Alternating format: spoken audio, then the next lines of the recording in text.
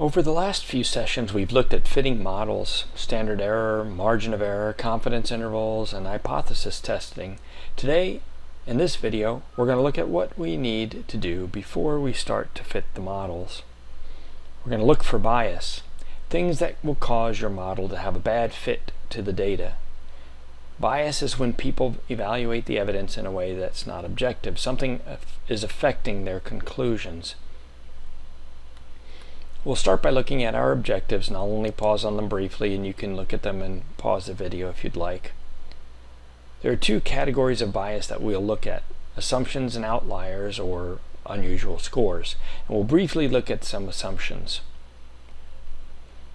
When we do parametric tests, we need to check our assumptions. First of all, what's a parametric test? If you look in your Andy Field textbook, Discovering Statistics Using SPSS, 4th edition, page 881, the definition of a parametric test is a test that requires data from one of the large catalog of distributions that statisticians have described. Normally, this is a term is used for parametric tests based on the normal distribution, which require 4 basic assumptions that must be met for the test to be accurate: a normally distributed sampling distribution, see normal distribution, homogeneity of variance, interval or ratio data, and independence. The main assumptions we want to check are linearity and additivity, normality, homogeneity of variance, independence. In addition, we're going to look at outliers because they can affect the outcome of our analysis as well. Outliers are scores or observations that are substantially different from the rest, and there is a lot of literature out there about outliers and the differences of what they do and how they affect what we work on. If you look at the slide, these are the scores on Amazon for the rating of Andy's Field book, Discovering Statistics, when it first came out. The dotted line is the mean with the outlier down here. So these are each observations. This is the rating that somebody gave him, was a rating of 2 for the book, a rating of 5 for the book, a rating of 4 for the book, and the rest of these are ratings of 5. Without the outlier, our mean is up here close to 5 because it's only thrown off by the 4 value here. With the outlier in, though, it substantially drops our mean. So we want to be aware of outliers, and we have to make decisions based on what we do with them. The important point that we'll touch on briefly here is you can't just carte blanche remove the outlier. We'll talk about that further in another lesson. So again, the outliers can bias the parameter estimate, in this case the mean, and it's affecting it downward. Let's look at another graphic that shows us the effect of an outlier on the mean and the sum of squared errors. So this is the effect of the outlier on the parameter estimate, the mean, and the associated estimate of the error, the sum of the squared errors. So with the outlier in our top image here, the blue line, we find that our mean is 3.8. and the sum of squares is 50.8. When we do it without the outlier, our mean is 2.6 and our sum of squares is 5.2. And just to be clear, this is a different example from the Amazon example. Now we're going to look at violating our assumptions, starting with the additivity and linearity, and we'll go back to our only equation that we need to know. And that equation is the outcome is equal to some model plus error. And that can be a regression model plus error, which is indicated by this formula right here. And this is just one example. It could be an ANOVA. And if you remember from prior videos, this equation just means that the real world data we observe can be predicted from the model we come up with and fit to the data, plus some amount of error. The assumption of linearity just means that the relationships we're trying to model should actually be linear, because if they're not, we are fitting a model that doesn't represent reality. We'll be coming back to this in a few sessions, but I just want you to have this as part of your list of assumptions to check.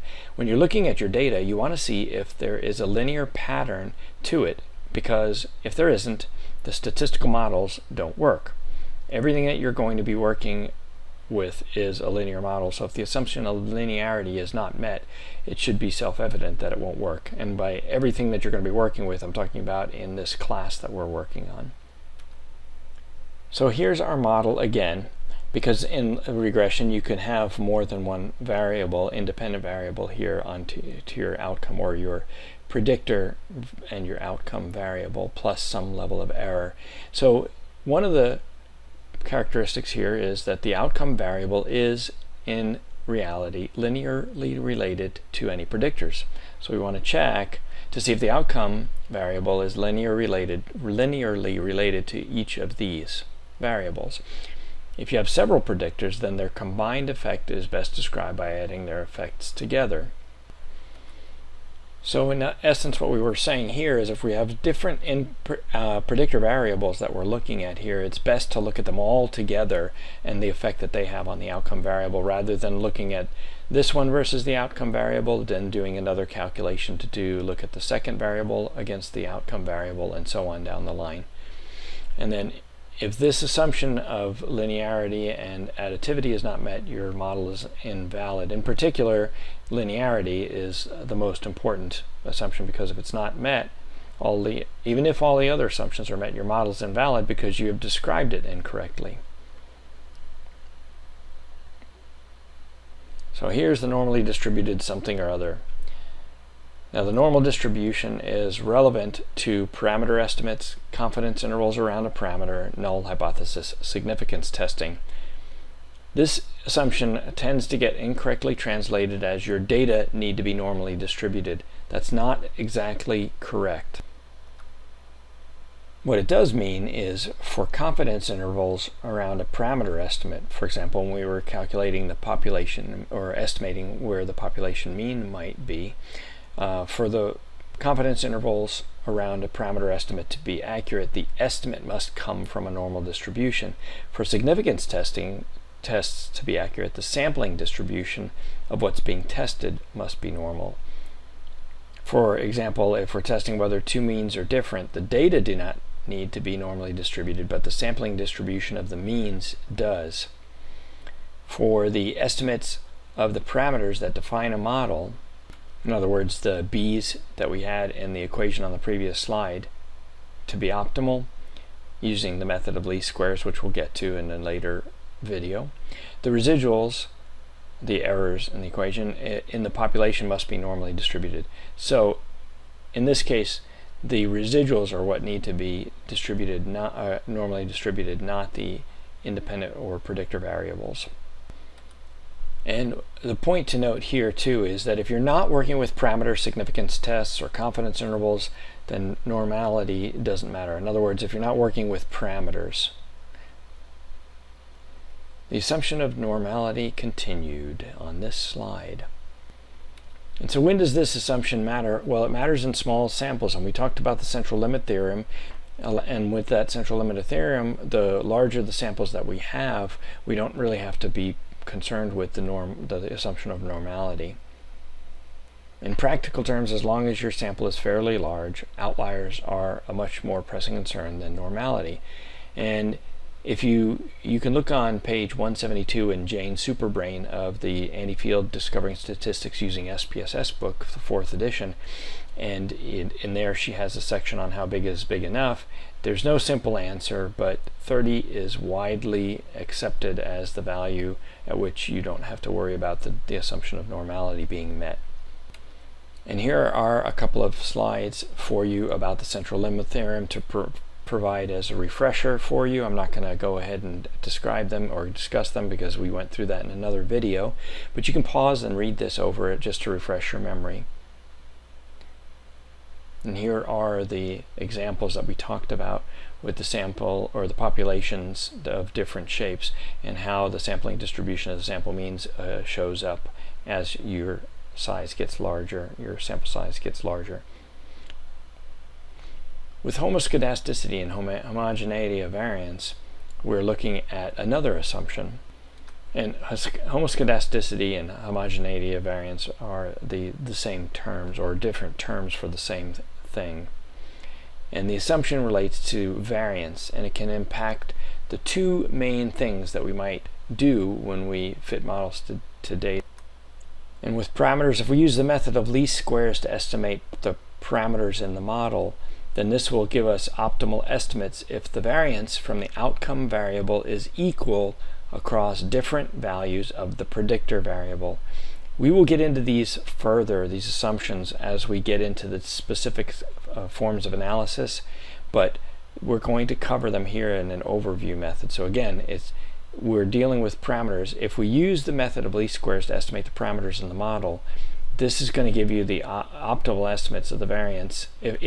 You'll get the best results, or the optimal estimates, the best estimates, if the variance of the outcome variables is equal across the different values of the predictor variables. And when we're doing null hypothesis significance testing, the test statistics often assume that the variance of the outcome variable is equal across different values of the predictor variable. If this is not the case, then these test statistics will be inaccurate. So then what does homoscedasticity mean, or homogeneity of variance mean? In designs in which you test several groups of participants, this assumption means that each of these samples comes from populations with the same variance. In correlational designs, this assumption means that the variance of the outcome variable should be stable at all levels of the predictor variable. In other words, as you go through the levels of the predictor variable, the variance of the outcome variable should not change. So what does the homoscedasticity affect? When does the homoscedasticity matter? In a linear model, when we're estimating the parameters within a linear model, if we assume equality of variance, the estimates we get using the method of least squares will be optimal. We mentioned that earlier in the previous slide. Unequal variances, in other words, heteroscedasticity, creates bias and inconsistency in the estimates of the standard error associated with the parameter estimates. And what do we use the standard error for? We use the standard error for confidence intervals and significance tests, because those two tests, or the confidence intervals and the significance tests, are computed using the standard error. And if the standard error is not consistent, our confidence intervals and our significance tests will be biased. Here's a graphical depiction of homogeneity of variance. This is an example of band playing and the ringing in people's ears after their concerts. It's a cumulative effect as they went to more concerts. You can see over here they had a cumulative effect of ringing in the ears.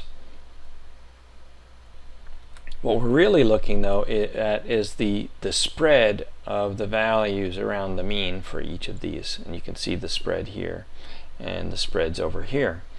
On the left, where we have homoscedasticity, homogeneity of variance, we're roughly equivalent level of spread over the course of the concert's attendance. So you can kind of see here that the spread is about the same.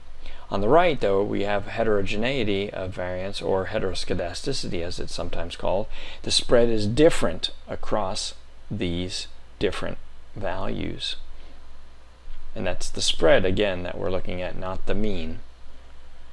Let's look at independence now. So with the independence, the errors, in other words, the residuals in your modules and model, should not be related to each other. For example, let's say we're doing drug trials. Jane and John are participants, and they talk about how the drugs make them feel. Their responses would not be independent if they talked about that when they are surveyed about the drug, because imagine that Jane says, "Oh, these drugs make me feel really great." Well, John might not have actually felt quite that way, but when he hears Jane say it, he thinks he's supposed to feel that way, perhaps, and regardless, his response changes. So if the assumption of independence of errors is violated, what happens is, well, we use the standard error in creating confidence intervals and in the null hypothesis significance testing, like we said in the previous slides. So if we violate the assumption of independence, then our confidence intervals and our significance tests will be invalid. If you remember, our standard error is sigma sub x bar, and that's the standard deviation divided by the square root of n. And let's go through and look at identifying our outliers. Oh, and one point before we do that. What happens is, if the assumption of independence is violated, in our chapter 20 of our book we have multi-level linear models. That's an approach that you can use that doesn't require us to have independence of errors, but we're not going to be learning those in class. So my point is that if you have some of these assumptions that are violated, there are remediation measures that you can do, but there are also frequently alternate methods of statistical analysis that you could potentially use. But they do require that you learn more types of analyses. On to identifying outliers. So here's our scenario. Biologists measured the hygiene of 810 concert goers over the 3 days at a festival. Hygiene was measured using a standardized technique. Scores ranged from 0 to 4. 0, you smell horrible. 4, you smell of sweet roses on a fresh spring day. And we can use a histogram to help identify our outliers. So here we have our outlier, or correction, our histogram. And can you spot the outlier? In a normal depiction of a histogram, the data are going to be centered up in the graphic in the box, in the rectangle. Well, they actually are, because you can barely make it out here, but there is an outlier of 20.02. And that's what's skewing our histogram over to the right. So we have our value of 20.02 here, but let's go back to our scenario. The scores range from 0 to 4. So if we have a value of 20.02 in here, we can assume that something is wrong with this value. It's unlikely to have been a correct entry because you're only supposed to go from 0 to 4. In this particular case, we could consider removing 20.02 as an invalid entry, but there are other factors to take into account. Let's look at a box plot now. This is a box plot here of the same outlier score. And why do you suppose it's here it's a lot easier to spot, in particular because you get an asterisk near it. Well, what do you suppose that star is indicating in the box plot on the top? Well, yeah, I just told you that's the outlier, or what we would call an extreme score. And here's how we can look for the outliers in SPSS. These are the steps that we would use. We would go to Analyze, Descriptive Statistics, and Explore. Now, sometimes there's more than one way to find these. What your output you're looking for in SPSS. This is just one example of how you can get the histograms. And here are what your settings should be for each of these. You want to make sure you have the stem and leaf and histogram selected here. And here are the steps for using Excel, the data analysis tool pack, and or Megastat you can use as well. And we're not going to do the example in this video, but this is how you would go and do this yourself. Now, we usually don't have the observed we usually don't have the access to the sampling distribution, so we usually test the observed data, and we can use, based on the central limit theorem, if the n is greater than 30, the sampling distribution should be normal. We can use graphic displays. Additional methods to look for normality are the graphics displays of the PP plot or the QQ plot, and like I said, you could use the histogram. You can check your values of skewness and kurtosis. 0 for both of those is a normal distribution. And then we can also look at specific tests, the Kolmogorov-Smirnov test, which tests if the data differ from a normal distribution. Now in this case it gets a little bit confusing because on the Kolmogorov-Smirnov test, our non-significant results, our null hypothesis, is that our data are normal, and if we get significance, that means it's not normal. So in this case, we really don't want the significance. We want the non-significance, not the significance.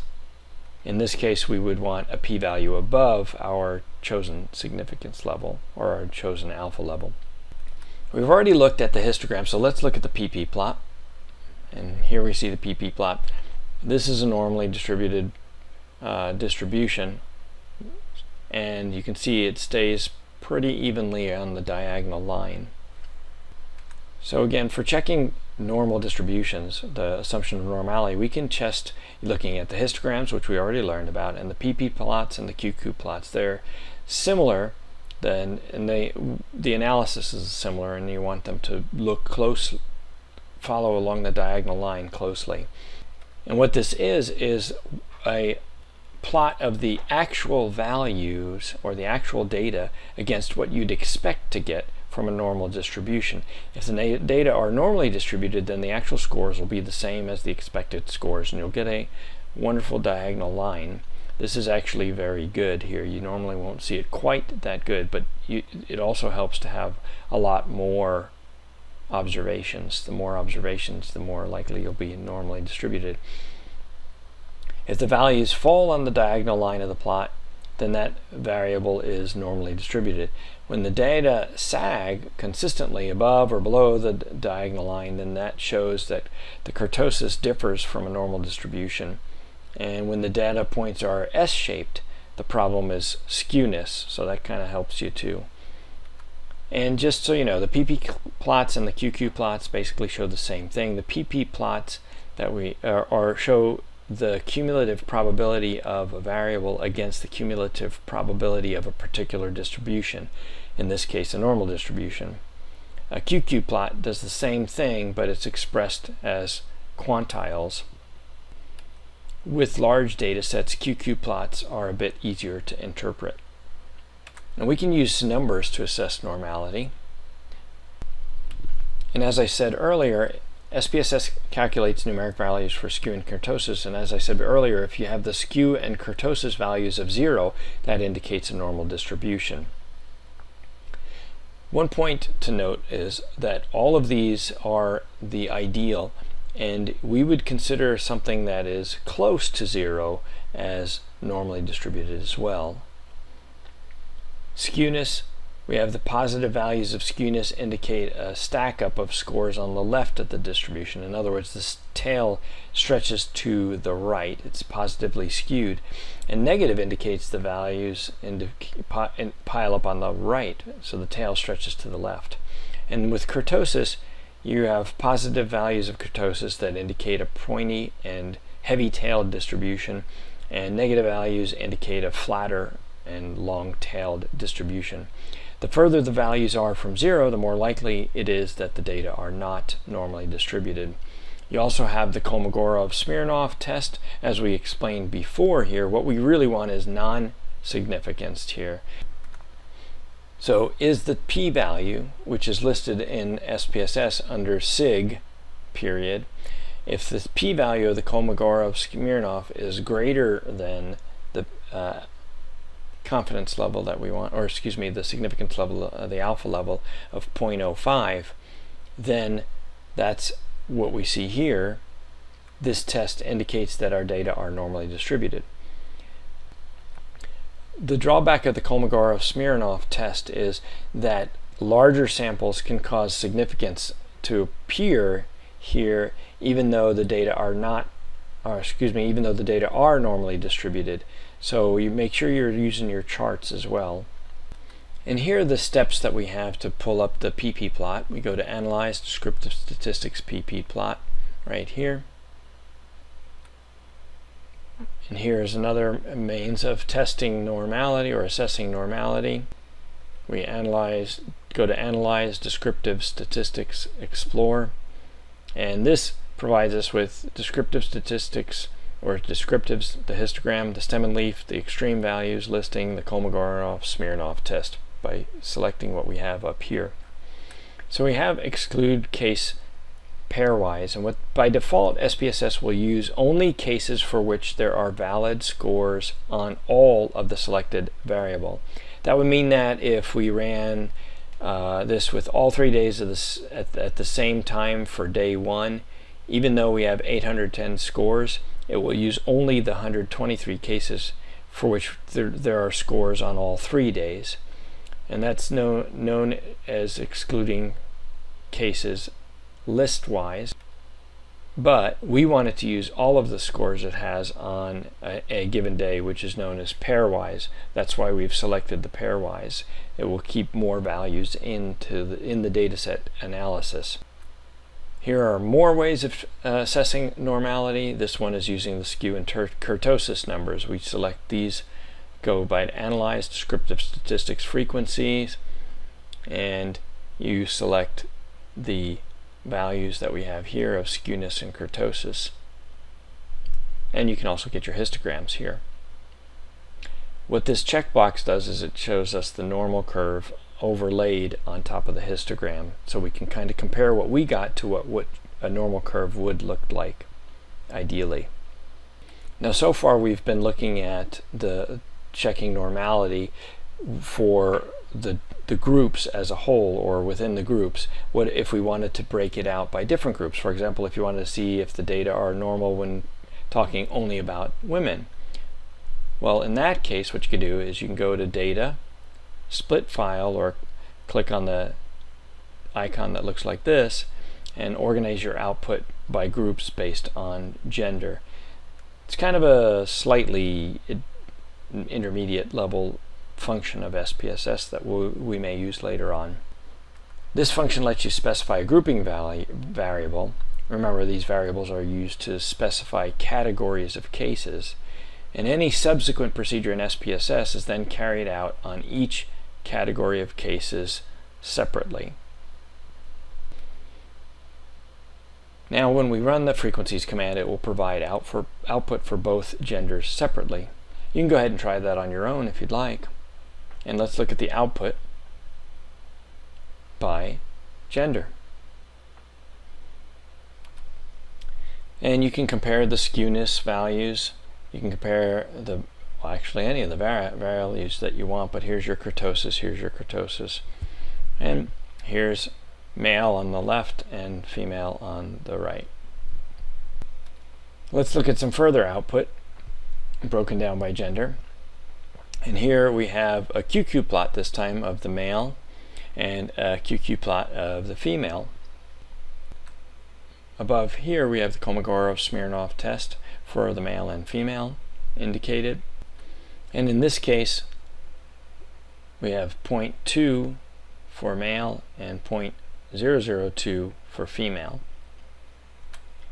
Remember, we want non-significance for the Kolmogorov-Smirnov test, so that's indicating that our male is normally distributed and the female is not. But remember, we also said that when we had large volume or large N, large sample size, the Kolmogorov-Smirnov test can tell you that it's significant even when it's not, when it is normally distributed. So this actually looks pretty good on the QQ plot. So you have to kind of look at these together, and just don't stick with just one means of assessing your normality.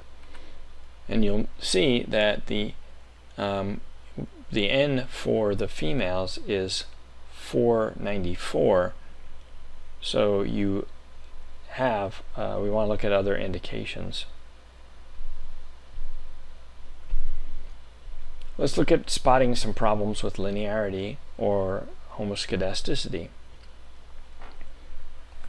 Well, we talk about finding violations of the assumptions of linearity and homoscedasticity together because we can use a scatter plot to identify problems with either of them. We create a scatter plot of values of the residuals, in other words the errors, against the values of the outcome predicted in our model. In doing so, we're looking at whether there is a systematic relationship between what comes out of the model, the predicted values, and the errors in the model. So up here on the left, we have a normal distribution. It's all spread out like shotgun blast. If you have curves, the curves indicate non-linearity, and funnels indicate the heteroscedasticity. And here we have a combination of heteroscedasticity and non-linearity. So this is very bad. This is what we want to look at, or what we want to see. And we'll look at this a lot more during regression. We can also assess heteroscedasticity with numbers. Levene's test used to be the recommended approach to test for homoscedasticity, but people are getting away from it. We mention it here only because you may see it in articles. We'll use the scatter plot approach for identifying homoscedasticity. And so how do we reduce bias? And you can read more about the Levene's test on Jane Superrain, page 194 of the Andy Field textbook. How do we reduce bias? We're going to explain this briefly here. Some of this we'll cover again in later videos or later classes. So windsoring is what we're doing is we're substituting outliers with the highest value that isn't an outlier. It's not cheating if the outliers are not representative of the sample as a whole. It is cheating if you don't fix outliers that bias, or excuse me, if you fix the outliers, if you don't fix the outliers that bias the results in your favor. So in other words, there are times when you really should fix the outliers, and if you don't, that's statistically unethical. You can use robust methods also. Probably the best choice is to use robust tests, and that's a term used for a group of procedures that estimate statistics that are reliable even when the normal assumptions of the statistics are not met. You can trim the data where you're getting rid of some of the extreme scores like the outliers, but again, there has to be some basis for your doing so, other than you just don't like the results that you're getting, or it's hard for you to do the rest of your analysis.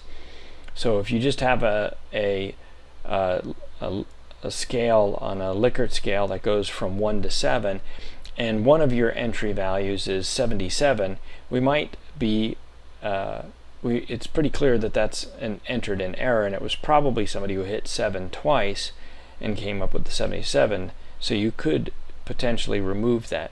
You have to keep in mind, though, how big is your data set. If you only have 3 scores and you have one of them is a 77, you might want to keep that in anyway. You just have to factor that in. And another option you can do is transforming the data, and that involves applying a math function to all of the scores to try to correct any problems such as outliers, lack of linearity, or unequal variances. And here are some robust methods examples. Now, a lot of this we're going over is more of a review, an overview than it is for you to understand this completely. We'll get into some of these later. The idea here is that you use a test that is robust to violations of assumptions and outliers. In other words, we use tests that are relatively unaffected by the troublesome data. One example that that's used very frequently is bootstrapping. And you use a lot of computer resources, but it's not really a factor with today's computers. You use the sample as though it's the population. So in other words, you take your sample that you've collected and you treat it as though it's a population, and you take a couple of thousand samples from that pseudo population that you've just created out of your sample, and then you determine that the parameter estimate, for example the mean, from each sample. Think of it as though you're kind of using the central limit theorem, and you're using that against the sample. And we'll work with that more in future chapters, but that's how you use the bootstrap method. And we can look at trimming the data also. Trimming the data could be as simple as removing the outliers, as I suggested in the previous example with the 77 and a Likert scale going from 1 to 7. As with the adjustments to all adjustments to your data set, you have to have some sort of justification or rationalization for doing it. And there are usually one of two ways that trimming the data is done. Either you remove a certain percentage from the ends of the distribution, or you remove the values that are above a certain standard deviation from the mean. For example, you might remove those values that are greater than 2.5 standard deviations above the mean, and those that are less than 2.5 standard deviations below the mean. And as we said, you can transform the data. Frequently, people will use a log transformation, and that reduces positive skew if you're using the log of x. Square root transformation reduces positive skew, but it can also be useful for stabilizing variance. And the reciprocal transformation is dividing by 1 each score also reduces the impact of large scores. This transformation reverses the scores. You can avoid this by reversing the scores before the transformation. And this is the final thing that you can look at doing for, or at least that we'll talk about for combating problems with normality and linearity. The idea behind transformations is that you do something to every score to correct the distributional problems, the outliers, the lack of linearity, or unequal variables. And it's a bit of a trial and error approach as you try to determine which transformation will work. So here's a log transformation graphic where it worked fairly well.